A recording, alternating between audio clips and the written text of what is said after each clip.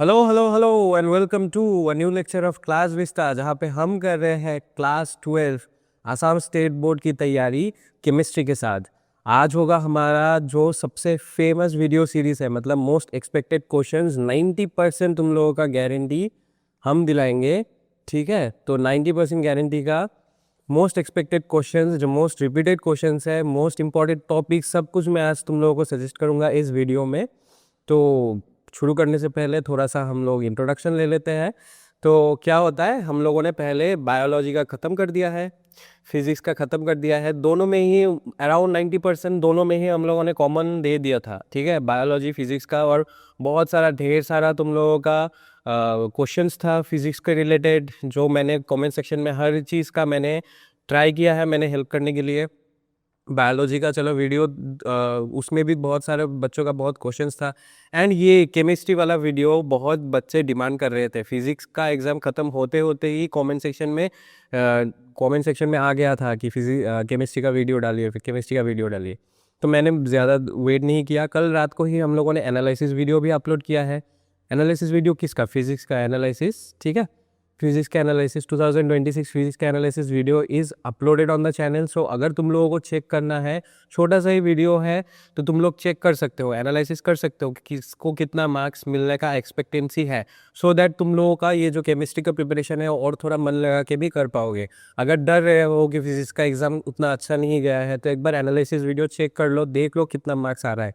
या फिर अगर ये भी अगर हो सकता है कि तुम लोगों का एग्ज़ाम बहुत अच्छा गया है, तब भी एनालिसिस वीडियो एक बार चेक कर लेना, इन दैट सेंस कि तुम लोगों को पता चल जाए कि तुम लोग कितना मार्क्स एक्सपेक्ट कर सकते हो। ठीक है, तो एनालिसिस वीडियो देख लेना।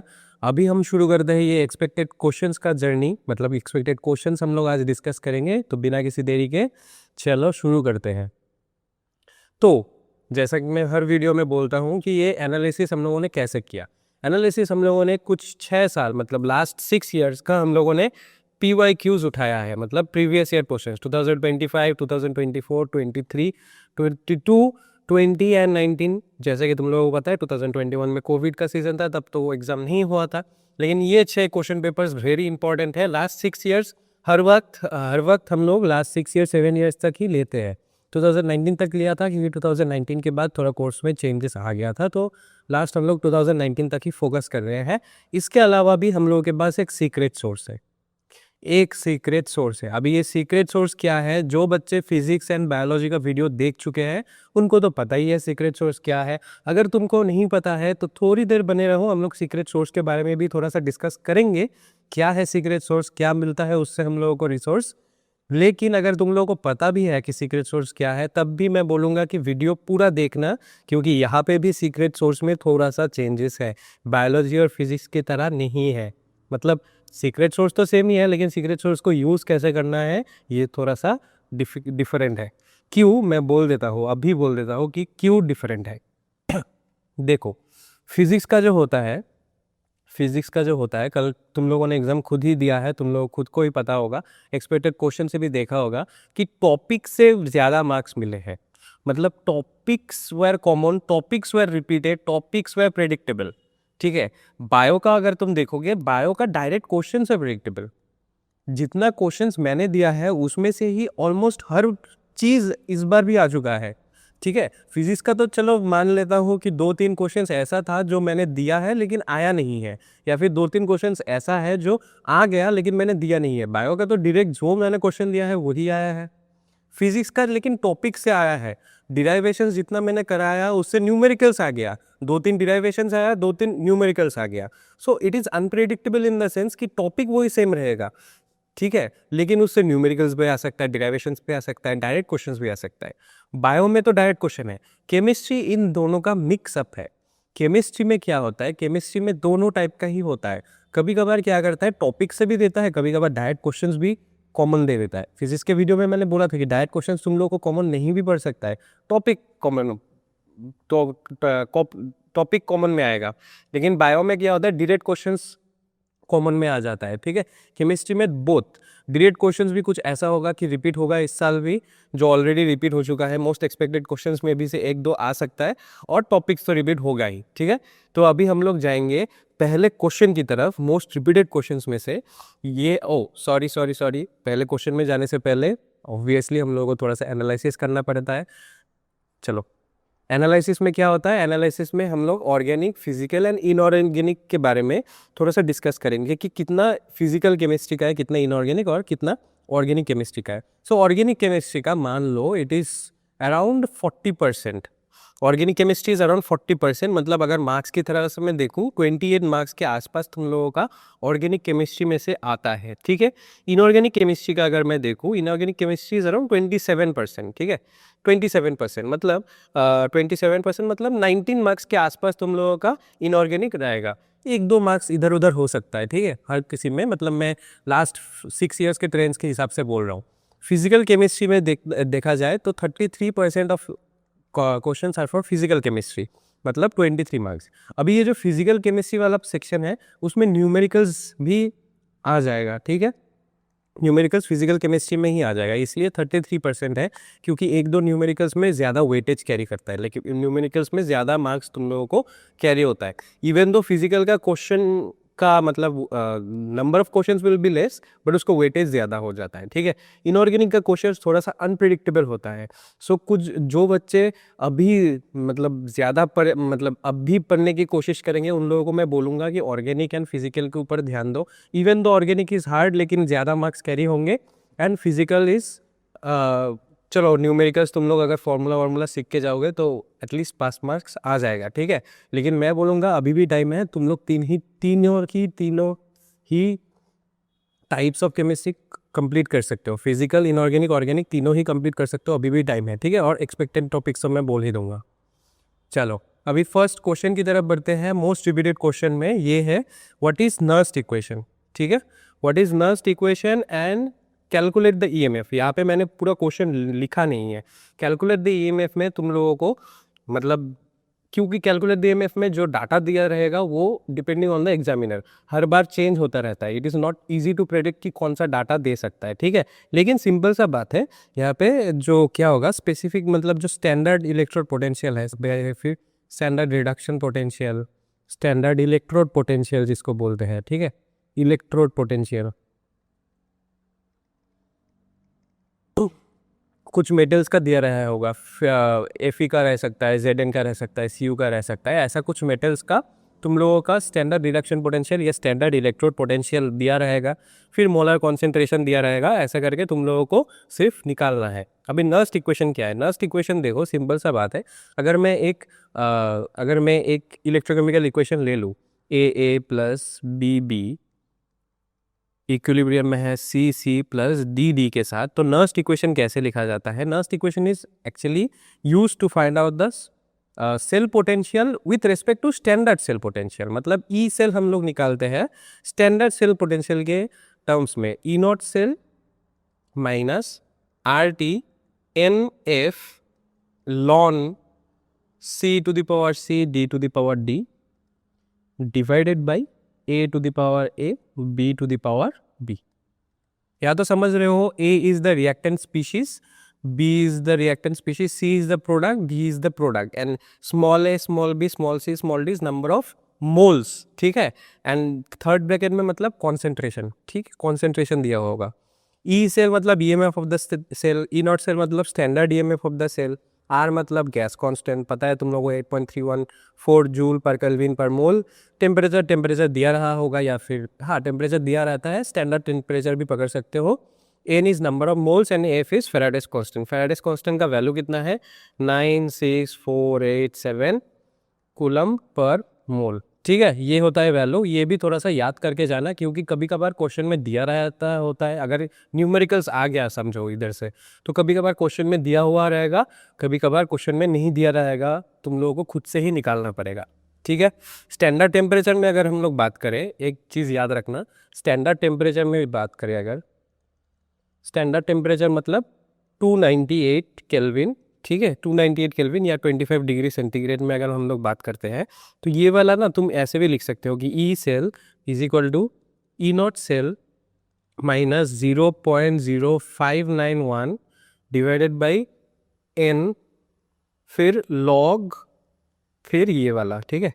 मैं यहाँ पे जगह नहीं हुआ, c to the power c d to the power d divided by a to the power a b to the power b, ठीक है। ऐसा भी तुम लोग लिख सकते हो जब स्टैंडर्ड वैल्यू पूछेगा, ठीक है। लॉग हो जाएगा तब नेचुरल लॉग में ही, तब अरिथमेटिक लॉग होगा, ठीक है। ये वाला चीज़ याद रखना क्योंकि वो चेंज हो जाता है, तो 2.314 के साथ ये मल्टीप्लाई हो जाएगा, तो ये तुम लोगों को स्टैंडर्ड वैल्यू भी मिल सकता है, स्टैंडर्ड वैल्यू भी तुम लोग यूज़ कर सकते हो, ठीक है। नेक्स्ट हम लोग देखते हैं state Henry's law and explain the effect of temperature on solubility of gases. हाँ, right it's application, right it's application बहुत सारा कुछ तुम लोग लिख सकते हो बाय द वे। अभी हेनरीज लॉ तुम लोगों को पता है। हेनरीज लॉ क्या बोलता है कि at constant temperature partial pressure of gas, मतलब P इज प्रोपोर्शनल टू, मतलब small p is proportional to mole fraction of that gas, मतलब जाइल, ठीक है, मतलब x। अभी इसको हम लोग जब प्रोपोर्शनलिटी सिंबल को हटाते हैं, P is equal to KH of x भी लिख सकते हैं। KH is nothing but Henry's constant, ठीक है, हेनरीज कांस्टेंट। यही होता है हेनरीज लॉ। लेकिन जो इंपॉर्टेंट क्वेश्चन है यहाँ से, explain the effect of temperature on the solubility of gases. Temperature का इफेक्ट क्या होता है? सिंपल सा चीज समझो, जब कोई गैस लिक्विड में डिसॉल्व होता है, गैस लिक्विड में डिसॉल्व होता है, वो एक्सोथर्मिक होता है। This is an exothermic reaction. अभी ली शैटेलियर्स प्रिंसिपल क्या बोलता है? ली शैटेलियर्स प्रिंसिपल क्या बोलता है? अभी ली शैटेलियर्स प्रिंसिपल कब है, कहाँ पे है? ली शैटेलियर्स प्रिंसिपल का मेंशन इस बुक में भी है, लेकिन इसके बारे में बहुत अच्छे से क्लास 11 के इक्विलिब्रियम चैप्टर में है, ठीक है। लेकिन ली शैटेलियर्स प्रिंसिपल क्या बोलता है कि जब टेम्परेचर इंक्रीज होता है, when temperature is increased, equilibrium पीछे की तरफ जाता है, तो इसीलिए ताकि ज़्यादा हीट एब्जॉर्ब कर पाए। इसका इतना बड़ा नहीं लिखने की लिए ज़रूरत भी नहीं है, सिर्फ ये याद रखना कि ली शैटेलियर प्रिंसिपल के अकॉर्डिंग ये चीज़ याद रखना कि जब इंक्रीज होता है temperature, when temperature is increased, solubility of gas, मतलब solubility of liquid in gas, solubility decrease. Temperature increase होगा तो सॉल्युबिलिटी डिक्रीज होगा। इफेक्ट ऑफ टेम्परेचर मतलब टेम्परेचर इंक्रीज, सॉल्युबिलिटी डिक्रीज, यही चीज़ तुम लोगों को लिखना है। राइट इट्स एप्लीकेशन के बारे में तुम लोग ऐसा लिख सकते हो कि जैसे मछली पानी के अंदर सांस कैसे लेते हैं, ये सब तुम लोगों का एप्लीकेशन हो जाएगा, क्योंकि सांस लेने के लिए तुम लोग गैस चाहिए और गैस वो डिजोल्व ही होगा, ठीक है, गैस डिजोल्व ही होगा पानी में, तो वही सब चीज़ तुम लोगों का एप्लीकेशन में आ जाएगा। Next, state Kohlrausch's law of independent migration of ion. Kohlrausch's law क्या बोलता है कि एक इलेक्ट्रोलाइट अगर मेरे पास है, उसका जो लिमिटिंग मोलर कंडक्टिविटी है, लिमिटिंग मोलर कंडक्टिविटी मतलब कैपिटल डेल्टा एम नॉट, ये होगा सम ऑफ इंडिविजुअल मतलब एनायन और कैटायन का जितना लिमिटिंग मोलर कंडक्टिविटीज है, ठीक है। सपोज मेरे पास एक स्पेरिंगली सॉल्युबल सॉल्ट है, AXBY है, ठीक है। अभी ये इनफाइनाइट मैंने डाइल्यूट कर दिया, ठीक है। एट इनफाइनाइट डाइल्यूशन मैंने अगर मैं देखता हूँ, एट इनफाइनाइट डाइल्यूशन AXBY का लिमिटिंग मोलर कंडक्टिविटी जो होगा वो होगा nothing but x of lambda not positive. Suppose AX ऐसे टूटता है कि ये पॉजिटिव बनता है, BY नेगेटिव बनता है, ठीक है। AX पॉजिटिव BY नेगेटिव बनता है जब टूटता है, मतलब A पॉजिटिव और BY नेगेटिव बनता है, तब ये क्या हो जाएगा, x of lambda not of A मतलब पॉजिटिव का plus y of lambda not of B मतलब नेगेटिव का, ठीक है। ये होगा है तुम लोगों का Kohlrausch law of independent migration of ions, ठीक है। यहाँ पे मतलब मेन चीज़ क्या है, ये चीज़ तुम लोगों को ध्यान रखना है कि इनफाइनाइट डाइल्यूशन में कोई एक आयन का कॉन्सेंट्रेशन कोई दूसरे आयन के कॉन्सेंट्रेशन को इंटरफेयर नहीं करेगा, ठीक है। ये सिंपली सिर्फ एड अप हो जाएगा, ठीक है। और एक चीज़ यहाँ पे याद रखना, डिग्री ऑफ डिसोसिएशन अल्फा का वैल्यू भी आ सकता है। Alpha is nothing but capital delta M by capital delta M naught, ठीक है। Capital delta M by capital delta M naught. Delta M मतलब कोई गिवन कॉन्सेंट्रेशन में होगा और ये तो इनफाइनाइट डाइल्यूशन में होगा। ठीक है, यहाँ से सिंपल सा चीज़ है, यही है खोरोश लॉ। इसका डायरेक्ट डेफिनेशंस आ सकता है या फिर ऐसा कुछ न्यूमेरिकल्स भी आ सकता है, तो दोनों ही देख लेना थोड़ा सा।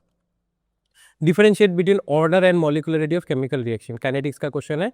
सिंपल सा चीज़ है, ऑर्डर मतलब ऑर्डर एंड मॉलिक्यूलरिटी ये दोनों ही केमिकल काइनेटिक्स के रेट के साथ जुड़ा हुआ है, लेकिन डायरेक्टली दोनों ही रेट के साथ जुड़ा नहीं हुआ है। मेरे कहने का मतलब समझो। ऑर्डर मतलब सपोज मेरे पास एक रिएक्शन चल रहा है, suppose A plus B of B turns into C of C. ठीक है, मैंने एलिमेंट्री रिएक्शन पकड़ लिया।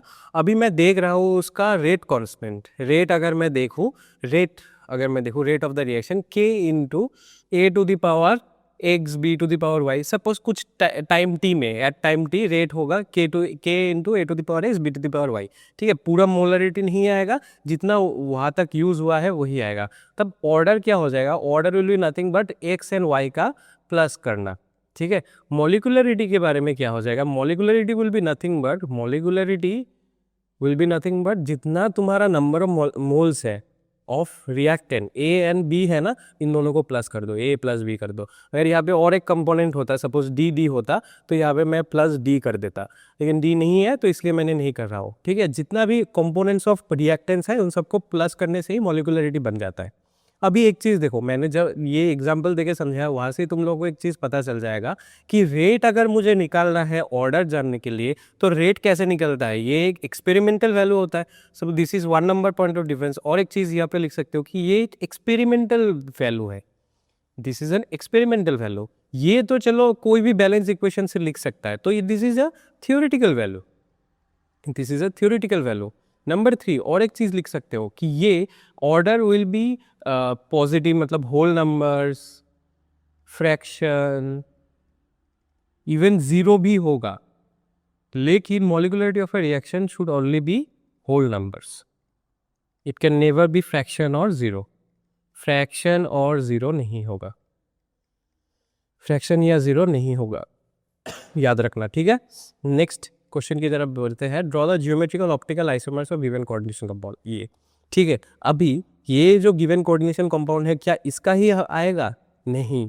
तो ज्योमेट्रिकल एंड ऑप्टिकल आइसोमर्स के बारे में मैं थोड़ा सा अभी तुम लोगों को समझा देता हूँ, और इसके बाद तुम लोगों को एक इंपॉर्टेंट चीज़ तुम लोगों को डिस्कस करूंगा तुम लोगों के साथ। चलो पहले बोल देते हैं कि ज्योमेट्रिकल आइसोमर्स क्या होता है। ज्योमेट्रिकल या ऑप्टिकल दोनों ही ट्रांस एंड सिस फॉर्म होता है। ट्रांस एंड सिस फॉर्म मतलब जो सेंट्रल एटम है, तुम लोग पहले उसको लिख लेना। यहाँ पे सेंट्रल एटम Pt होगा, क्योंकि NH3 भी 2 बार है, Cl भी 2 बार है, तो सेंट्रल एटम कौन हो जाएगा? Platinum, Pt।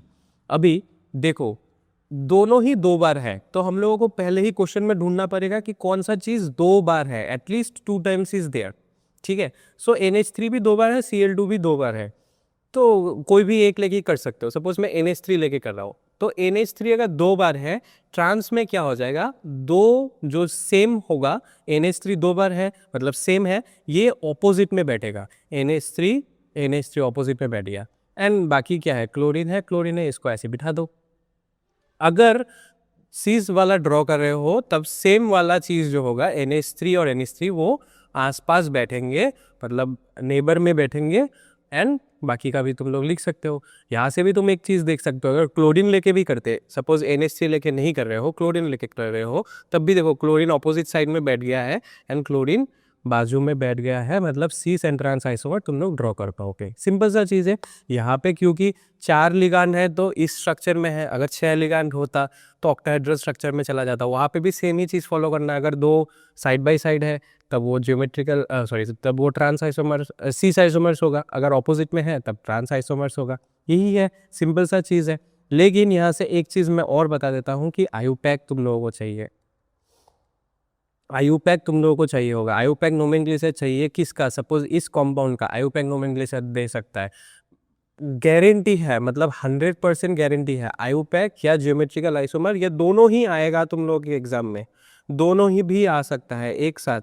ठीक है। सो it is very important that you do IUPAC nomenclature. अभी आईयूपैक नोमेनक्लेचर अगर तुम लोगों को ऑलरेडी पता है तो तुम लोग प्रैक्टिस कर पाओगे, लेकिन अगर तुम लोगों को नहीं पता कि आईयूपैक नोमेनक्लेचर कैसे करते हैं, there is a video in our channel. Class 12 chemistry का जो प्लेलिस्ट है वहाँ पे जाके तुम लोग देख सकते हो, क्लास 12 केमिस्ट्री का प्लेलिस्ट में। अगर नहीं है तो मैं कहीं कहीं ऊपर यहाँ पे दे दूंगा, कार्ड में दे सकते हो, डिस्क्रिप्शन बॉक्स में भी मैं लिंक दे दूंगा, डिस्क्रिप्शन बॉक्स में भी लिंक मैं दे दूंगा, ठीक है। डिस्क्रिप्शन में भी एक बार चेक कर लेना, तुम लोगों को लिंक मिल जाएगा। सो आईयूपैक करके ही जाना, कुछ पहले ही मतलब कर लो कि आईयूपैक मुझे करना है, आईयूपैक मुझे करना है, आईयूपैक करो, ठीक है। और एक चीज़ है मैं बोल दूंगा, उसका भी वीडियो हम लोगों के चैनल में है, वो भी मैं बोल दूंगा जब आएगा वो, ठीक है। उसको भी करके ही जाना है क्योंकि ये गारंटीड क्वेश्चन है, आएगा ही 100% श्योर।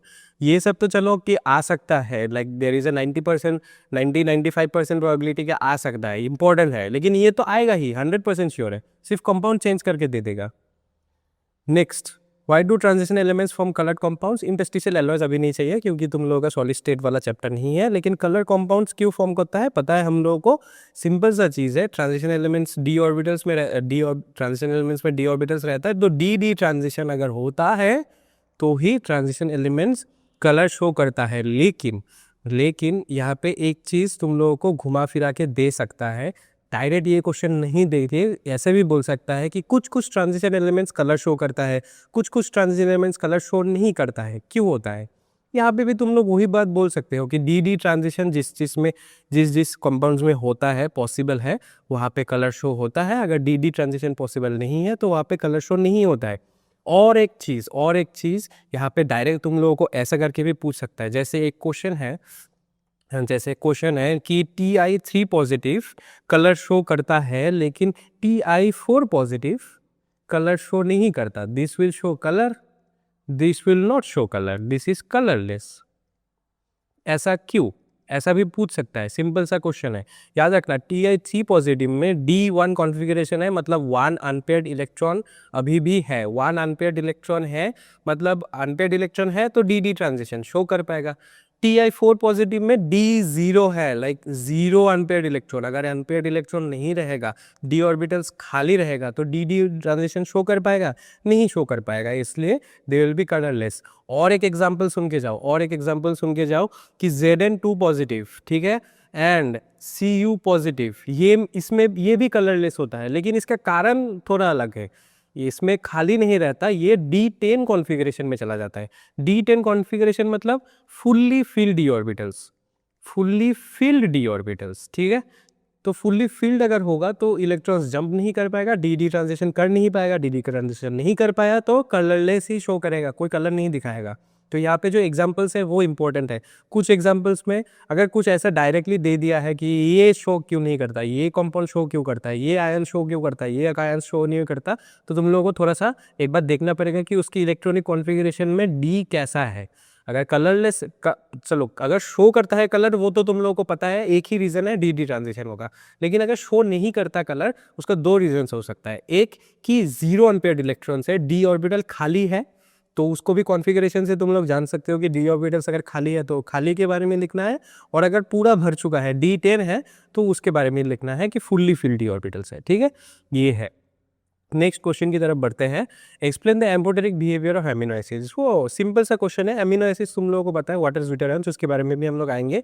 एमिनो एसिड्स तुम लोगों को पता है कि एमिनो एसिड्स में एक एसिडिक ग्रुप रहता है, COOH, ठीक है, कार्बोक्सिलिक एसिडिक ग्रुप रहता है, मतलब एक एसिडिक ग्रुप है, सिंपल सा चीज़ है, एंड NH2 रहता है, which is a basic group, ठीक है। एमिनो ग्रुप रहता है, कार्बोक्सिल ग्रुप रहता है। क्योंकि एमिनो एसिड्स में दोनों एसिडिक एंड बेसिक दोनों ही ग्रुप रहता है, इसीलिए दे आर कॉल्ड एम्फोटेरिक। मतलब वो डिपेंड करता है किस फंक्शनल ग्रुप के साथ, मतलब किसके साथ, एसिड के साथ रिएक्ट करेगा, बेस के साथ रिएक्ट करेगा। एसिड के साथ रिएक्ट कर रहा है तो बेसिक बिहेवियर शो करेगा, अगर बेस के साथ रिएक्ट कर रहा है तो एसिडिक बिहेवियर शो करेगा। बोथ बिहेवियर शो कर रहा है, इसलिए एम्फोटेरिक है, सिंपल सा चीज़ है।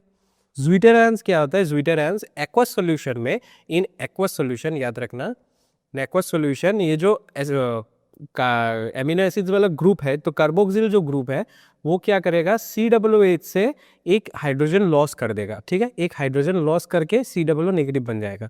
मैं यहाँ पे दिखा देता हूँ। सपोज मेरे पास है CH3 NH 2COOH होना चाहिए था, लेकिन क्या होता है, एक H एटम मतलब एक H प्रोटॉन यहाँ से लूज हो जाता है, वो लूज करके यहाँ पे आ जाता है तो NH3 पॉजिटिव बन जाता है। तब क्या होता है, ये एनायनिक स्ट्रक्चर बन जाता है, it becomes a dipolar ion. ठीक है, in aqueous solution amino acids become a dipolar ion. एक प्रोटॉन लूज करता है, एक प्रोटॉन गेन करता है। इवन दो दोनों का चार्जेस बैलेंस आउट हो जाता है, positive and negative balance out करके ये ओवरऑल ये न्यूट्रल है। ठीक है, इलेक्ट्रिकली ये न्यूट्रल है, लेकिन ये डाइपोलर आयन क्रिएट कर सकता है। So this is a zwitterion. ठीक है, एक्वस सॉल्यूशन में एमिनो एसिड्स का होता है। Next, give a chemical test to distinguish between phenol and benzoic acid. इसके बारे में ही मैं बोल रहा था। फेनॉल एंड बेंजोइक एसिड को छोड़ो, यहाँ पे मेन क्वेश्चन है केमिकल टेस्ट टू डिस्टिंग्विश। एक क्वेश्चन तुम लोगों को 100% आएगा डिस्टिंग्विशिंग टेस्ट में से।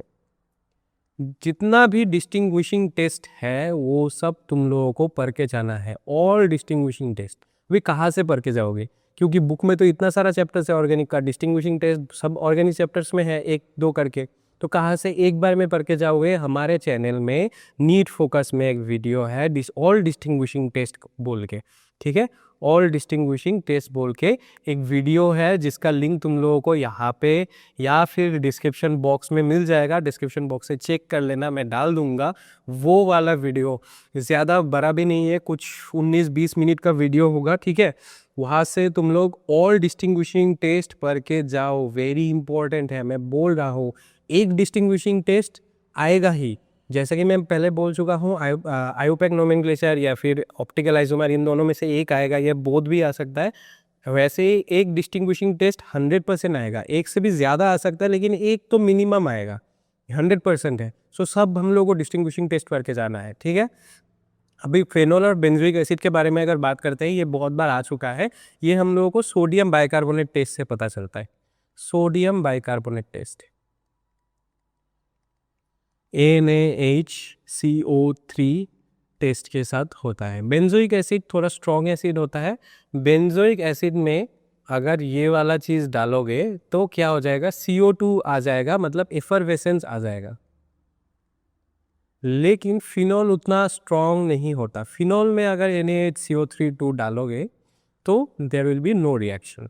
नो रिएक्शन है, नो एफरवेसेंस है, तो मतलब पता चल जाएगा कि वो फेनॉल है। अगर एफरवेसेंस है, कुछ CO2 इवॉल्व हो रहा है, बबलिंग हो रहा है, मतलब वो बेंजोइक एसिड है। सिंपल सा चीज़ है। तो बेंजोइक एसिड में वो कार्बोनिक एसिड फॉर्म करता है, फिनॉल में वो फॉर्म नहीं करता।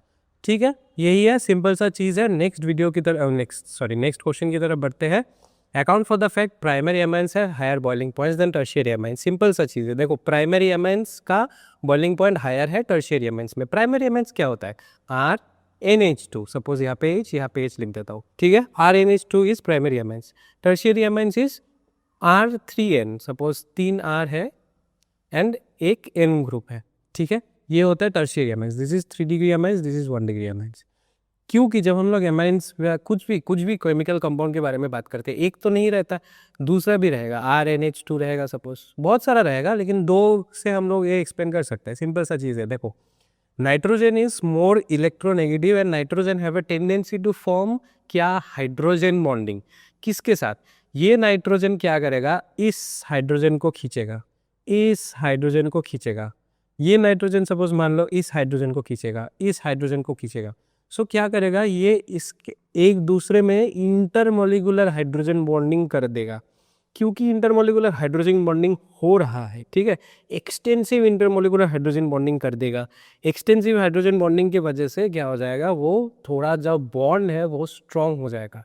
अभी जितना तुम हीट दोगे, बॉइलिंग पॉइंट का मतलब क्या है, तुम ये बॉन्ड तोड़ रहे हो। ठीक है, तो अगर स्ट्रॉन्ग बॉन्डिंग है तो तुम्हें हीट भी ज़्यादा देना पड़ेगा तोड़ने के लिए। तो अगर तुम लोग हीट ज़्यादा दे रहे हो, मतलब बॉइलिंग पॉइंट भी तुम लोगों का बढ़ जा रहा है। टर्शियरी एमाइंस में हाइड्रोजन नहीं है डायरेक्टली। ठीक है, सपोज मान लो कि ये अल्काइल ग्रुप्स में हाइड्रोजन हो सकता है, लेकिन अल्काइल ग्रुप्स में तो वो हाइड्रोजन कार्बन के साथ ऑलरेडी बॉन्डेड है, वो डायरेक्टली इतना स्ट्रॉन्ग इंटरमोलिकुलर हाइड्रोजन बॉन्डिंग में पार्टिसिपेट नहीं करेगा। दैट इज़ वाई, क्योंकि उसका उतना ज़्यादा इंटरमोलिकुलर हाइड्रोजन बॉन्डिंग नहीं हो रहा है, तो उसके लिए उसका बॉन्ड भी कम होगा। So it will be easy to break that bond. थोड़ा सा हीट देने से वो बॉयल करना स्टार्ट हो जाएगा। नेक्स्ट क्वेश्चन की तरफ बढ़ते हैं। Why does aniline not undergo Friedel-Crafts reaction? Aniline, अच्छा ठीक है, चलो एनिलीन के बारे में बात करते हैं कि एनिलीन में क्या होता है। एनिलीन में एक बेंजीन रिंग होता है, ठीक है, एंड ऊपर NH2 होता है। NH2 होता है, पता है हम लोगों को, यहाँ पे नाइट्रोजन के पास एक लोन पेयर ऑफ इलेक्ट्रॉन्स है। अभी फ्रीडल-क्राफ्ट रिएक्शंस में क्या होता है, चाहे जो ही पूछ लो, एल्काइलेशन पूछ लो या एसाइलेशन पूछ लो, एक रिएजेंट कॉमन है AlCl3, ठीक है। AlCl3 अगर तुम लोगों के पास है, AlCl3 अगर तुम लोग थोड़ा सा भी ध्यान देते हो क्लास में, पता होगा कि AlCl3 is a Lewis acid, and क्योंकि यहाँ पे एक लोन पेयर है, this nitrogen is a Lewis base, और एसिड और बेस अगर दोनों एक साथ रिएक्ट कर दे, it forms a acid base reaction, मतलब एक सॉल्ट बन जाता है, इनसॉल्यूबल सॉल्ट बन जाएगा, इनसॉल्यूबल सॉल्ट बन जाएगा। अगर इनसॉल्यूबल सॉल्ट बन जाएगा तो क्या हो जाएगा, ये जो मतलब कुछ और रिएक्शन नहीं होने का टेंडेंसी रहेगा, ये ऑलरेडी एसिड बेस रिएक्शन करने की कोशिश करेगा। तो इन दैट सेंस ये जो बेंजीन रिंग है, ये it will be highly deactivated, it will be highly deactivated, ठीक है। हाईली डीएक्टिवेटेड हो जाएगा तो क्या हो जाएगा, कोई भी इलेक्ट्रोफिलिक सब्स्टिट्यूशन नहीं हो जाएगा, इलेक्ट्रोफिलिक सब्स्टिट्यूशन नहीं होगा, इलेक्ट्रोफिलिक सब्स्टिट्यूशन नहीं होगा, ठीक है, क्योंकि ये ऑलरेडी एक इंसॉल्युबल सॉल्ट बना रहा है, ये पॉजिटिव ये नेगेटिव क्या करेगा, नाइट्रोजन एटम का पॉजिटिव चार्ज आ जाएगा, तो इसलिए वो बेंजीन रिंग को डीएक्टिवेट करके देगा, ठीक है। तो that will, so in that sense electrophilic substitution possible ही नहीं होगा, ठीक है। तो यहाँ से हम लोगों को ये जो 10 है मोस्ट रिपीटेड क्वेश्चंस, यहाँ तक हम लोगों का खत्म हो जाता है। नेक्स्ट हम लोग जाएंगे मोस्ट इंपॉर्टेंट टॉपिक्स की ओर। सो मोस्ट रिपीटेड सेक्शंस की तरफ हम लोग बढ़ते हैं। तो मोस्ट रिपीटेड सेक्शंस हम लोग चैप्टर वाइज जाएंगे। क्या क्या करना है तुम लोगों को, देखो सॉल्यूशंस में से तुम लोगों को कॉलिगेटिव प्रॉपर्टीज पढ़ना है। कॉलिगेटिव प्रॉपर्टीज में न्यूमेरिकल्स आता है, पर्टिकुलरली कौन सा न्यूमेरिकल्स पढ़ना है, determination of molar mass using depression in freezing point, elevation in boiling point, पढ़ना सभी है, ठीक है, पढ़ लेना सब, ऑस्मोसिस वाला भी पढ़ लेना। लेकिन क्या होता है, freezing point and boiling point से क्वेश्चन ज्यादा पूछा जाता है, जो मतलब लेटेस्ट ट्रेंड्स है। फिर राउल्स लॉ पढ़ लेना, पॉजिटिव एंड नेगेटिव डेविएशंस कैसा होता है, ग्राफ वाला भी पढ़ लेना, and went of factor I के बारे में भी पढ़ लेना। वेंट ऑफ फैक्टर मतलब आई का जैसे वैल्यू निकालते हैं एनायंस एंड कैटायंस कैसे करके, वो तुम लोग एक बार देख लेना। Went of factor important topic है। नेक्स्ट चैप्टर की तरफ बढ़ते हैं। इलेक्ट्रोकेमिस्ट्री में से नर्स्ट इक्वेशन हम लोगों ने बोला ही है already, calculations for E cell and delta G आ सकता है। खोल्डर्स लॉ हम लोगों ने बोला है, फैराडेज लॉ ऑफ इलेक्ट्रोलाइसिस, दो लॉज होता है, दोनों ही अच्छे से पढ़ के आना, इंपॉर्टेंट है, आ सकता है, डायरेक्ट क्वेश्चन भी आ सकता है, ठीक है। काइनेटिक्स में से क्या पढ़ना है, थोड़ा सा डिराइवेशंस करना है, ठीक है। मुझे पता है फिजिक्स का डिराइवेशंस करते करते तुम लोग थक चुके हो, लेकिन थोड़ा सा डिराइवेशंस काइनेटिक्स का देख के जाना। एंड न्यूमेरिकल्स आ सकता है based on first order reaction, ठीक है। फर्स्ट ऑर्डर रिएक्शन में से इंपॉर्टेंट है specially half life calculation, T half. अभी देखो फर्स्ट ऑर्डर रिएक्शंस में टी हाफ का वैल्यू कितना होता है, it is ln 2/k, ln 2/k या फिर 0.693/k ऐसा होता है। अभी इसमें से थोड़ा सा MCQ कॉन्सेप्चुअलाइज क्वेश्चन भी आ सकता है। याद रखना एक चीज़, first order reaction is the only reaction जिसका कॉन्सेंट्रेशन, इनिशियल कॉन्सेंट्रेशन के ऊपर कोई वैल्यू मतलब डिपेंड नहीं करता, इनिशियल कॉन्सेंट्रेशन के ऊपर, इनिशियल कॉन्सेंट्रेशन के ऊपर डिपेंड नहीं करता। एंड फर्स्ट ऑर्डर रिएक्शन ही एकमात्र रिएक्शन है, मतलब सेकेंड ऑर्डर डिपेंड करता है, जीरोथ ऑर्डर डिपेंड करता है, एंड मोर जितना भी हायर ऑर्डर का तुम लोग सोचोगे सब कुछ डिपेंड करता है, लेकिन first order reaction does not depend upon the initial concentration. तो ऐसा करके एक MCQ भी आ सकता है, तो देख लेना, ठीक है। RNAS इक्वेशन का न्यूमेरिकल्स आ सकता है EA कैलकुलेट करने के लिए, एक्टिवेशन एनर्जी कैलकुलेट करने के लिए, एंड ऑर्डर एंड मॉलिक्यूलरिटी का डिस्टिंग्विशन, ये भी हम लोगों ने डिस्कस कर लिया। नेक्स्ट DNA ब्लॉक में से क्या है, DNA ब्लॉक में से रीजन बिहाइंड कैटालाइटिक प्रॉपर्टीज, क्यों DNA block use as catalyst, oxidation state variable होता है, मैग्नेटिक बिहेवियर क्यों होता है, पैरामैग्नेटिक डायमैग्नेटिक क्यों होता है अनपेयर्ड इलेक्ट्रॉन्स की वजह से। सेम सिमिलरली कलर्ड आयंस, इसके बारे में हम लोगों ने डिस्कस कर ही लिया है। लेंथेनर्ड एंड एक्टिनर्ड कॉन्ट्रैक्शन की वजह से क्या होता है, पहले तो चीज़ देख लेना कि लेंथेनर्ड एंड एक्टिनर्ड कॉन्ट्रैक्शन होता क्या है, फिर उसका कॉन्सिक्वेंसेज देख लेना तो क्या होता है। So there radius is not उतना भी छोटा होता नहीं है, they remain almost in the same size. तो क्यों होता है एंड इसका सेम साइज रहने से क्या फ़ायदा है, तो वो वाला भी चीज़ एक बार देख लेना। कोऑर्डिनेशन कंपाउंड्स में अगेन मैं बोल रहा हूँ आयोपेक नोमेनक्लेचर, वीडियो का लिंक तुम लोगों को मिल जाएगा, डिस्क्रिप्शन बॉक्स में है, ठीक है। तो डिस्क्रिप्शन बॉक्स से देख लेना, आयोपेक नोमेनक्लेचर वेरी इंपॉर्टेंट है। वैलेंस बॉन्ड थ्योरी भी पढ़ के जाना, मैग्नेटिक कैरेक्टर ऑफ कॉम्प्लेक्स है, ये वाला थोड़ा कॉपी करते वक्त थोड़ा सा गड़बड़ हो गया, दैट इज NiCN4 2 नेगेटिव होगा, ठीक है। NiCN4 2 नेगेटिव, ये डायरेक्ट क्वेश्चन आ चुका है NiCN4 2 नेगेटिव का, NiCO4 का आ चुका है। यहाँ पे मे बी चेंज हो सकता है, NiCO4 डायरेक्ट नहीं आके कोई और भी कॉम्प्लेक्स दे सकता है। ये कॉम्प्लेक्स ऑलरेडी एक बार आ चुका है, तो मैंने क्वेश्चन पेपर से डायरेक्ट कॉपी कर लिया है, लेकिन थोड़ा सा घुमा फिरा के भी आ सकता है। हाइब्रिडाइजेशन मैग्नेटिक कैरेक्टर पूछेगा, ठीक है। फिर coordination linkage, optical isomer linkage क्या होता है, ये सब पूछेगा, ठीक है। सिंपल सा चीज़ होगा। Coordination compound is an important chapter. Ligands के बारे में पूछ सकता है, water polydentate, water bidentate ligands, ठीक है। क्या मतलब पार्ट वाला जो क्वेश्चन होगा, polydentate ligands, bidentate ligands, monodentate ligands, जो डिफरेंट टाइप्स ऑफ लिगांड्स होता है वो भी थोड़ा सा देख के आना। ईजी है, एक दो एग्जाम्पल्स लर्न करके आना, ईजी होगा। Next organic chemistry. Organic chemistry में बहुत सारा चीज़ हम लोग देखेंगे, लेकिन पहला ही चीज़ होगा जो नेम रिएक्शन है। नेम रिएक्शन जितना भी है सब इंपॉर्टेंट है, लेकिन उनमें से भी जो इंपॉर्टेंट है यहाँ पे मैंने बोला है। नेम रिएक्शंस अगर तुम लोगों ने नहीं देखा है तो सब कुछ देख लेना, नेम रिएक्शन सब कुछ इंपॉर्टेंट है। लेकिन अगर तुम लोग सिर्फ ये वाला पढ़ोगे तब भी तुम लोगों का ये सब मतलब मोस्ट कॉमन जो आता है एंड मोस्ट इंपॉर्टेंट जो है, ये सब मैंने यहाँ पे कुछ कुछ लिखा है। जैसे कि राइमर तिम्मेन रिएक्शन होता है, ठीक है, विलियमसन सिंथेसिस होता है, एल्डोर कंडेंसेशन होता है, कैनिज़ारो होता है, Hofmann bromide degradation, Gabriel phthalimide synthesis, Sandmeyer reaction, ये तो चलो एमाइंस का हो गया। मैं थोड़ा थोड़ा सब कुछ का शॉर्ट में थोड़ा थोड़ा बता रहा हूँ। राइमर टाइमन में क्या होता है, अच्छे से सुन लो, मैं यहाँ पे लिखूंगा नहीं, अच्छे से सुन लो। राइमर टाइमन में क्या होता है, फिनॉल रिएक्ट करता है किसके साथ, क्लोरोफॉर्म के साथ, ठीक है। किस कंडीशन में, एक एक्वस बेस्ड कंडीशन में, मतलब NaOH सपोज मान लो NaOH एक्वस में है, ठीक है, एंड फॉलोड बाय एसिडिफिकेशन। उसके बाद एसिडिफाई करते हैं तो एक एल्डिहाइड ग्रुप आ जाता है ऑर्थो पोजीशन में, ठीक है। सपोज मैं फिनॉल में अगर फिनॉल के बारे में बात करूँ, so it is OH, it will become salicylaldehyde दे देगा, मतलब OH तो रहेगा एंड एक ऑर्थो पोजीशन में क्या आ जाएगा, ऑर्थो मेटा, ऑर्थो पैरामेटा, ठीक है। तो ऑर्थो पोजीशन में क्या आ जाएगा, एक CHO ग्रुप आ जाएगा, CH डबल बॉन्डेड O, ये वाला ग्रुप आ जाएगा, तो सैलिसल्डिहाइड बन जाएगा। तो रिएक्शन कंडीशन समझ लेना, क्लोरोफॉर्म, NaOH, देन एसिडिफिकेशन, ठीक है।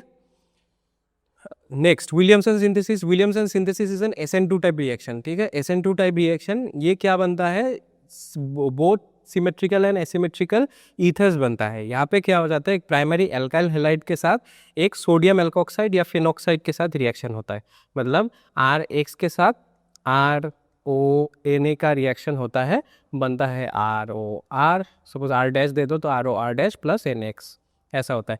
एल्डोल कंडेंसेशन क्या होता है, याद रखना है, एल्डोल कंडेंसेशन में अल्फा हाइड्रोजन चाहिए, ये सबसे इंपॉर्टेंट चीज़ है। दो मॉलिक्यूल्स ऑफ एल्डिहाइड या कीटोन या एल्डिहाइड कीटोन, ये दोनों यूज़ होता है, जिसमें एटलीस्ट 1 अल्फा हाइड्रोजन प्रेजेंट होना चाहिए, ठीक है। फिर उसका साथ डाइल्यूट NaOH का रिएक्शन होता है, मतलब डाइल्यूट बेस के साथ जब रिएक्शन करेंगे तो क्या बन जाएगा, एक बीटा हाइड्रोक्सी एल्डिहाइड बन जाएगा। फिर क्या करेगा, ये जो बीटा हाइड्रोक्सी एल्डिहाइड है, इसको अगर थोड़ा सा हीट दे देंगे तो वो alpha beta unsaturated carbonyl compounds बना देता है, ठीक है। Next Cannizzaro reaction. Cannizzaro reaction वही एल्डोल कंडेंसेशन जैसा ही है, लेकिन इसमें किस में होता है, जिसमें कोई भी अल्फा हाइड्रोजन नहीं है।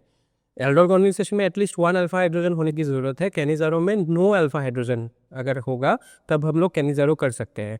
तब क्या करेगा, ये self oxidation and self reduction दोनों ही करेगा, मतलब it is a disproportionation reaction. Disproportionation reaction, disproportionation मतलब दोनों ही ऑक्सीडेशन एंड रिडक्शन दोनों ही होगा। एक एल्केलाई के साथ हो जाएगा, कॉन्सेंट्रेटेड एल्केलाई के साथ होना चलेगा। एल्डोल कंडेंसेशन में देखो डाइल्यूट एल्केलाई यूज़ होता है, डाइल्यूट NaOH यूज़ होता है। कैनिज़ारो में कॉन्सेंट्रेटेड NaOH यूज़ होगा, तब क्या देगा, एक मॉलिक्यूल ऑक्सीडाइज होकर कार्बोक्सिलिक एसिड दे देगा और एक रिड्यूस होकर एल्कोहल दे देगा, ठीक है। एल्डिहाइड के साथ जब एक ऑक्सीडाइज होगा कार्बोक्सिलिक एसिड में, एक रेड्यूस होगा अल्कोहल में, सिंपल सा चीज़ है। हॉफमैन ब्रोमाइड के साथ क्या होता है, हॉफमैन ब्रोमाइड में ये 1 डिग्री अमाइंस को बनाता है, प्राइमरी अमाइंस को बनाता है। क्या होता है हॉफमैन ब्रोमामाइड में, क्या होता है, एक प्राइमरी अमाइड को ब्रोमीन के साथ रिएक्ट करता है in an aqueous ethanolic solution of sodium hydroxide, ठीक है, मतलब NaOH अल्कोहलिक के साथ रिएक्ट करता है। सपोज मेरे पास है RCONH2, ये एक एमाइड है, प्लस ब्रोमीन देगा, प्लस एल्कोहलिक, सपोज NaOH दे दो, KOH वेरी स्ट्रॉन्ग हो जाता है, NaOH दे दो, सो it will become RNH2 amines plus Na2CO3 plus 2NaBr plus H2O भी होता है, ठीक है। सो गैब्रियल थैलामाइड सिंथेसिस क्या होता है, ये भी 1 डिग्री अमाइंस बनाता है। गैब्रियल थैलामाइड सिंथेसिस भी 1 डिग्री अमाइंस बनाता है, exclusively pure aliphatic primary amines बनाता है, याद रखना, एक्सक्लूसिवली प्राइमरी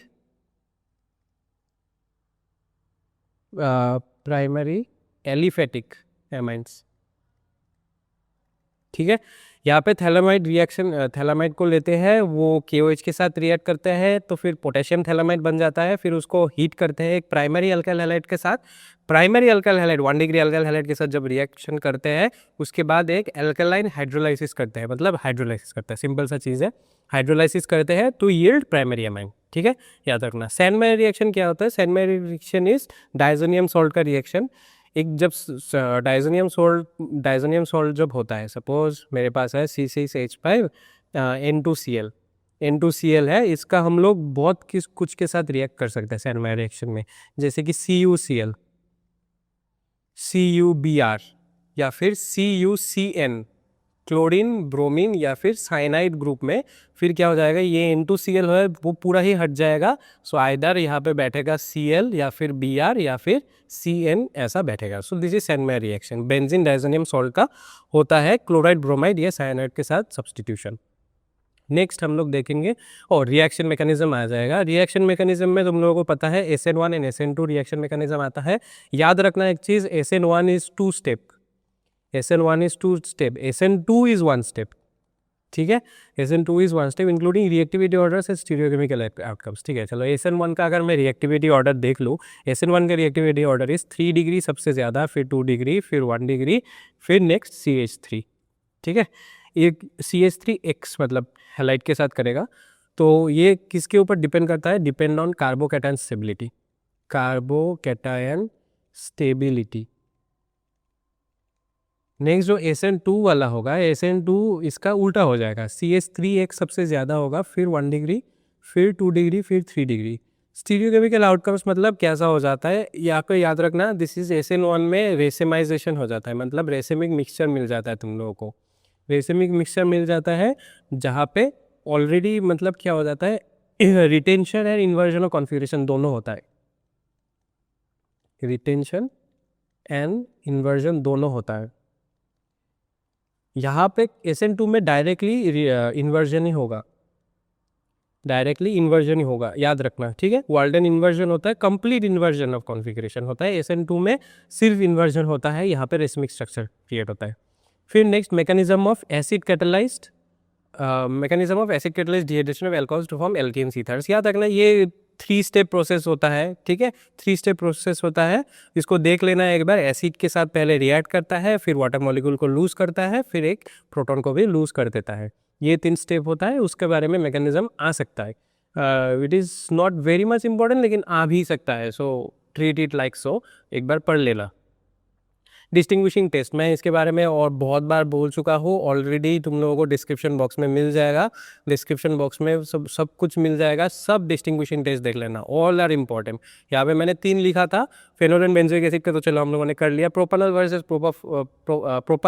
प्रोपानॉन का आयोडोफॉर्म टॉलरेंस 2,4-DNPH, ये सबसे 2,4-DNP टेस्ट से कर सकते हैं, primary secondary tertiary amines Hinsberg test से कर सकते हैं, वो तो हम लोगों को पता है, लेकिन क्या टेस्ट है, क्यों होता है, क्या आउटकम है, डिस्क्रिप्शन बॉक्स में तुम लोगों को ऑल डिस्टिंग्विशिंग टेस्ट का वीडियो मिल जाएगा, वहाँ से देख लेना, इंपॉर्टेंट है, देख लेना, ठीक है। नेक्स्ट बायोमोलिक्यूल से हम लोगों को क्या पढ़ना है, DNA RNA का डिफरेंस पढ़ना है, structural difference between starch and cellulose, सिर्फ स्ट्रक्चरल डिफरेंस पढ़ लेना, और nature of peptides and glycosidic linkage, क्या होता है ग्लाइकोसाइडिक लिंकेज, क्या होता है पेप्टाइड लिंकेज, सिर्फ यही पढ़ लेना, एंड डीनेचुरेशन ऑफ प्रोटीन्स थोड़ा सा देख लेना।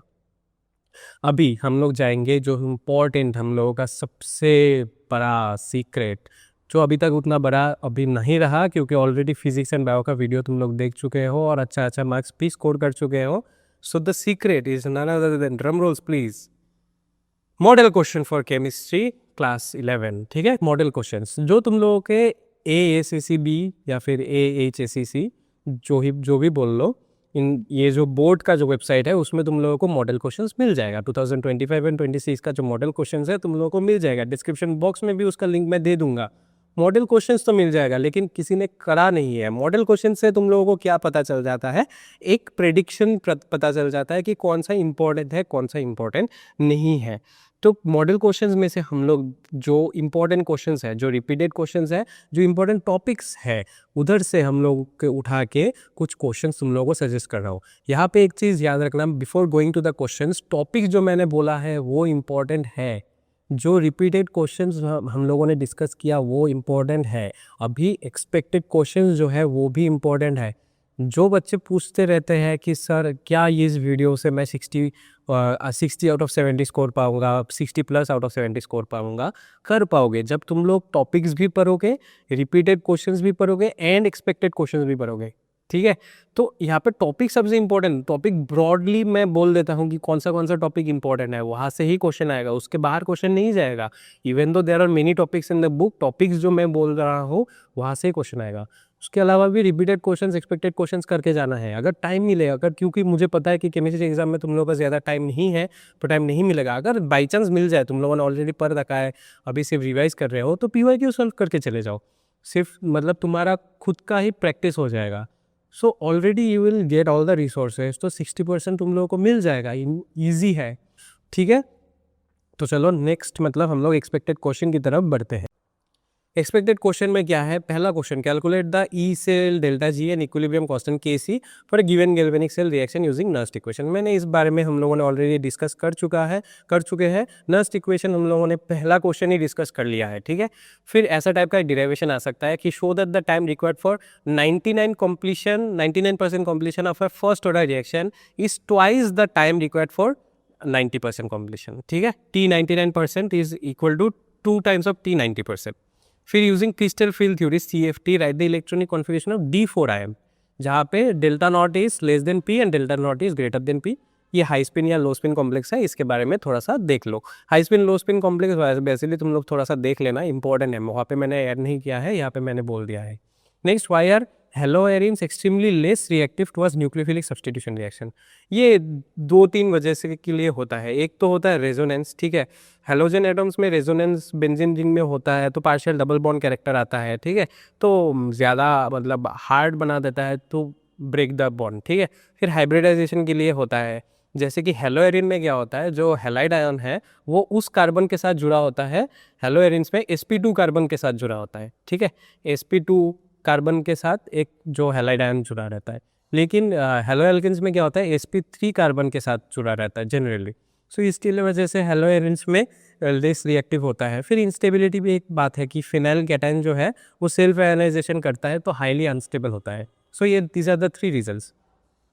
Explain why the acidic strength of phenols is greater than that of alcohols. हाँ, ये इंपॉर्टेंट है, क्योंकि फेनॉल्स में क्या होता है, जो sp2 हाइब्रिडाइज्ड कार्बन के साथ जो रिंग है वो क्या होता है, उसके साथ सिमिलर इसके साथ इसके जैसा ही है कि फेनॉल्स में sp2 कार्बन जो होता है, sp2 हाइब्रिडाइज्ड कार्बन है, उसके साथ ही OH ग्रुप अटैच होता है। ठीक है, फेनॉल्स में। एल्कोहल्स में क्या होता है, sp3 कार्बन के साथ जुड़ा रहता है। क्योंकि फेनॉल्स sp2 कार्बन के साथ है, इसलिए वो ज़्यादा एसिडिक होता है। और एक भी चीज़ है, मोर इम्पॉर्टेंट वो चीज़ है कि फेनोक्साइड जो आयन है, जो एक H पॉजिटिव लूज करने के बाद बनता है। ठीक है, H पॉजिटिव लूज करने के बाद बनता है, वो हाईली स्टेबलाइज्ड होता है, तो वो ईजिली H पॉजिटिव दे देता है, क्योंकि वो लूज करने के बाद बहुत ज़्यादा स्टेबल बन जाता है रेजोनेंस की वजह से, तो इसलिए वो ईजिली H पॉजिटिव दे देता है। जो चीज़ H पॉजिटिव ईजिली दे देता है वही एसिडिक है, सिंपल सा चीज़ है। एल्कोहल्स में क्या होता है, वो जो इंटरमीडिएट कैटायन होता है वो उतना स्टेबल नहीं होता, तो वो H पॉजिटिव लूज नहीं करना चाहता, so it is a little bit less acidic. ठीक है, in comparison with फेनॉल्स।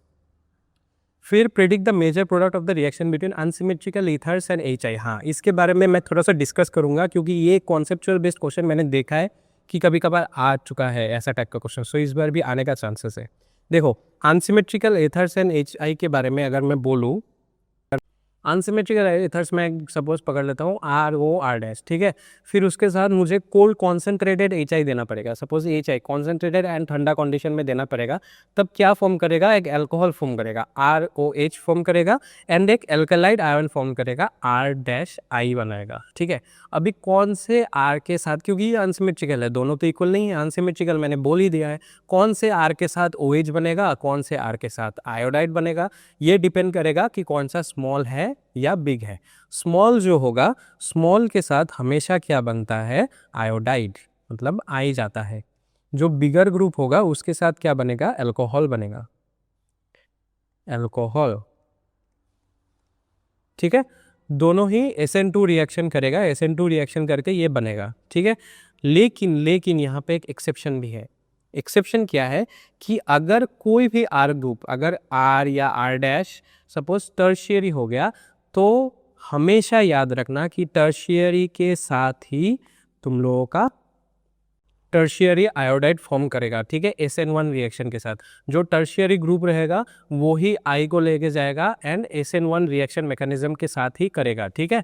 So doesn't matter कि वो R स्मॉल है या बिग है, वो मैटर नहीं करेगा, अगर टर्शियरी मिल गया तो उसके साथ ही वो आयोडाइड फॉर्म करेगा, ठीक है। ये बात याद रखना है, ये कॉन्सेप्चुअल क्वेश्चन आ सकता है। Next, carry out the conversion of benzene to acetophenone and detail mechanism, वो HCN टू कार्बोनिल ग्रुप का। हाँ चलो, benzene to acetophenone is nothing but Friedel Crafts acylation reaction, ठीक है। बेंजीन के साथ CH3COCl एंड AlCl3 का रिएक्शन कर देना तो बेंजीन के ऊपर COCH3 आ जाएगा, ठीक है, एसिटोफेनॉन बन जाएगा। Arrange the given set of amines CH3NH2 CH3 2NH and CH3 3N C6H5NH2 in decreasing basic strength in aqua solution and gaseous phase. हाँ ये वाला इंपॉर्टेंट है, क्योंकि aqua solution and gaseous phase में दोनों ही मतलब थोड़ा सा चेंज हो जाता है, देखना पड़ेगा। देखो क्या हो जाता है यहाँ पे, मिथाइल इथाइल बहुत कुछ का फैक्टर्स है, इसलिए मैंने ये क्वेश्चन रखा है, क्योंकि ये वाला थोड़ा सा ट्रिकी क्वेश्चन, हार्ड क्वेश्चन आ सकता है। तो मैं नेक्स्ट पेज में समझाता हूँ। सपोज एक्वस फेज के बारे में अगर हम लोग बात करते हैं, ठीक है, एक्वस फेज में दो चीज़ हो सकता है कि अगर मिथाइलिक होगा या इथाइलिक होगा। अगर मिथाइलिक एमाइंस है, ठीक है, मिथाइलिक एमाइंस एंड इथाइलिक एमाइंस मतलब इथाइल के ऊपर जो जितना भी होगा, मिथाइलिक एमाइंस अगर है तो याद रखना that is 2 degree then 1 degree then 3 degree then NH3। Ethylic अगर है तो 2 degree then 3 degree then 1 degree फिर NH3। और जो गैसियस फेस है, गैसियस जो फेस है उसमें एक ही है, that is 3 degree 2 degree 1 degree NH3। Normally जब हम लोग बात करते हैं, नॉर्मली जब हम लोग देखते हैं, सो it is always about aqueous face के बारे में बोलते हैं, मिथाइलिक ग्रुप के बारे में ही बोलते हैं, क्योंकि ये एक थोड़ा सा एक्सेप्शन है। 2 डिग्री 1 डिग्री 3 डिग्री, तो यहाँ पे 2 3 1 है, 3 2 1 है, ठीक है। तो यहाँ पे ये मिथाइलिक एंड इथाइलिक की थोड़ा सा एक्सेप्शन है, इसके लिए भी क्वेश्चन बनता है यहाँ से, ठीक है, याद रखना। एंड अगर मैं बोल दूँ कि किसके ऊपर डिपेंड है, यहाँ पे याद रखना कि एक्वस फेज में बहुत कुछ चीज़ के ऊपर डिपेंड होता है। इंडक्टिव इफेक्ट के ऊपर डिपेंड होता है, इंडक्टिव इफेक्ट के ऊपर डिपेंड होता है, स्टेरिक हिंड्रेंस के ऊपर डिपेंड होता है, फिर हाइड्रेशन के ऊपर डिपेंड होता है। लेकिन गैसियस फेज में याद रखना सिर्फ प्लस आई इफेक्ट के ऊपर डिपेंड होता है। सो कभी कभार क्या करता है, सिर्फ गैसियस फेज भी दे देता है, 3 डिग्री 2 डिग्री 1 डिग्री। ईजी होता है तो ईजी भी दे सकता है, लेकिन अगर टफ आ गया मतलब थोड़ा घुमा के दिया, सो मैंने दोनों ही बोल दिया तुम लोगों को, ठीक है। नेक्स्ट क्वेश्चन जाएंगे, व्हाट इज वीटर आयन, इसके बारे में भी हम लोगों ने देख लिया है।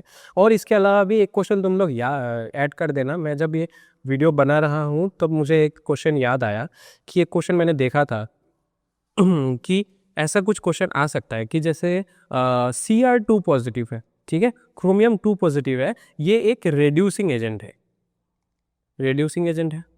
एंड Mn3 पॉजिटिव है, ये एक ऑक्सीडाइजिंग एजेंट है, ऑक्सीडाइजिंग एजेंट है।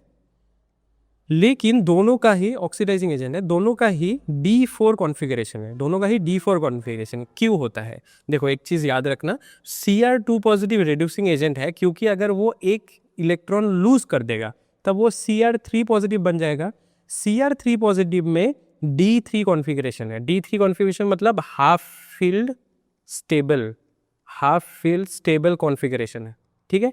जब वो एक इलेक्ट्रॉन लूज कर देगा, 1 इलेक्ट्रॉन लूज कर देगा। सिमिलरली Mn3 पॉजिटिव में अगर वो एक इलेक्ट्रॉन गेन कर लेगा, ठीक है, तो क्या हो जाएगा, वो Mn2 पॉजिटिव बन जाएगा। 1 इलेक्ट्रॉन अगर वो गेन कर लेगा तो वो Mn2 पॉजिटिव बन जाएगा। Mn2 पॉजिटिव में भी same D3 half field stable electronic configuration है। सो याद रखना, हमेशा हम लोगों ने सीखा ही है क्लास 11 में भी जब हम लोगों ने बॉन्डिंग पढ़ा है कि जब भी कोई कुछ चीज़ करता है chemicals, that is always due to वो स्टेबल होना चाहता है। सब केमिकल स्टेबल होना चाहता है। यहाँ पे भी वो स्टेबल कॉन्फ़िगरेशन की तरफ ही भाग रहा है, क्योंकि स्टेबल कॉन्फ़िगरेशन मिल गया तो वो वही करेगा। ठीक है, समझ में आया? क्रोमियम एंड मैग्नीशियम इसीलिए ये ऐसा बिहेव करता है, इवन दो दोनों ही D4 होता है। ठीक है, एक गेन करके एक लूज करके। तो चलो यहाँ तक हम लोगों का ये जो इंपॉर्टेंट क्वेश्चन है 10 मैंने इंपॉर्टेंट क्वेश्चन दे दिया है। 10 हम लोगों ने रिपीटेड क्वेश्चन देख लिया, हम लोगों ने जो इंपॉर्टेंट टॉपिक्स भी है उसके बारे में भी डिस्कस कर लिया। तो इसी के साथ मैं वीडियो को करता हूँ ख़त्म। Thank you all for joining in this session. मैं आशा करता हूँ कि जैसा तुम लोगों का बायो गया है बहुत अच्छा, फिजिक्स गया है बहुत अच्छा, अभी केमिस्ट्री भी तुम लोग फाड़ दो, बहुत अच्छा एग्जाम दो। ठीक है, अभी पढ़ते रहो। ये वीडियो देखने के बाद जो जो टॉपिक्स मैंने बोला है वो टॉपिक्स पढ़ लो। वीडियो के डिस्क्रिप्शन में तुम लोगों को 2-3 और रिसोर्सेज मिल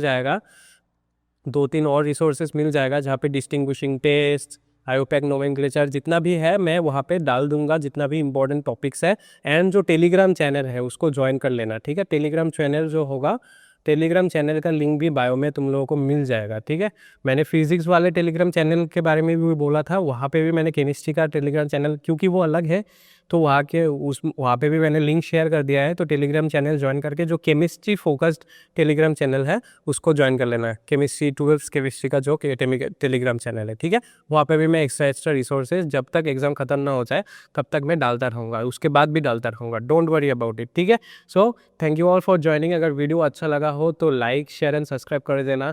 फिजिक्स का वीडियो में तुम लोगों ने अराउंड 19,000 व्यूज़ दे दिया है, तो क्या ये केमिस्ट्री का वीडियो उस रिकॉर्ड को तोड़ पाएगा? देखता हूँ मैं, तुम लोग कितना सारा प्यार देते हो मुझे इस वीडियो को। आशा करता हूँ कि तुम लोगों का जैसा बायो एंड फिजिक्स एग्ज़ाम में मदद हुआ है, ये केमिस्ट्री का एग्ज़ाम में भी ये एक्सपेक्टेड क्वेश्चंस वाला वीडियो तुम लोगों के मदद में आएगा और आएगा, मुझे पता है तुम लोगों के मदद में आएगा। इसलिए प्लीज़ प्लीज़ प्लीज़ थोड़ा सा इसको प्यार दे देना, थोड़ा सा इसमें लाइक शेयर एंड सब्सक्राइब कर देना, अपने दोस्तों के साथ शेयर कर देना, सब्सक्राइब कर देना और कमेंट सेक्शन में बता देना कि कैसा लगा है ये वीडियो। अगर कुछ कन्फ्यूजन भी है तो भी कमेंट सेक्शन में बोल देना। ठीक है, मैं हर किसी को रिप्लाई करता हूँ, चाहे थोड़ा सा लेट भी हो जाऊँ, मैं हर किसी को रिप्लाई करता हूँ। जितना भी बिजी रहूँ मैं समय निकाल के सबके डाउट्स को क्लियर कर देता हूँ। सो प्लीज़ कमेंट सेक्शन में बता देना कुछ भी प्रॉब्लम हो, अगर एग्ज़ाम से रिलेटेड प्रॉब्लम हो, कुछ मेंटल हेल्थ इश्यूज़ आ रहा है तो please don't hesitate and tell me in the comment section. मैं तुम लोगों के हेल्प के लिए हूँ यहाँ पे। ठीक है, चलो मैं अभी के लिए तुम लोग पढ़ते रहो, बहुत अच्छे से पढ़ते रहो। All the best for exam. अगर कुछ इंपॉर्टेंट आ गया, अगर कुछ डिमांड में आ गया तो मैं और वीडियो भी बनाता रहूँगा मिडिल में एग्ज़ाम से पहले। अभी के लिए इतना ही इम्पोर्टेंट है, इतना ही अच्छे से पढ़ के जाओ। जो वीडियो के डिस्क्रिप्शन बॉक्स में भी जो वीडियो के बारे में बोला है वो भी वीडियो देख लेना। तो मैं मिलता हूँ तुम लोगों से नेक्स्ट एग्ज़ाम मतलब केमिस्ट्री के दिन शाम को एनालिसिस वीडियो में। मैं आशा करूँगा तुम लोग बहुत खुश रहोगे, बहुत मज़े कर रहे होगे, तब कब तुम लोगों का एग्ज़ाम ख़त्म ही हो चुका होगा। तो मैं मिलता हूँ तुम लोगों से नेक्स्ट वीडियो में, एनालिसिस वीडियो में। तब तक तुम लोग पढ़ते रहो। ऑल द बेस्ट एंड मैं लेता हूँ विदा। Bye bye.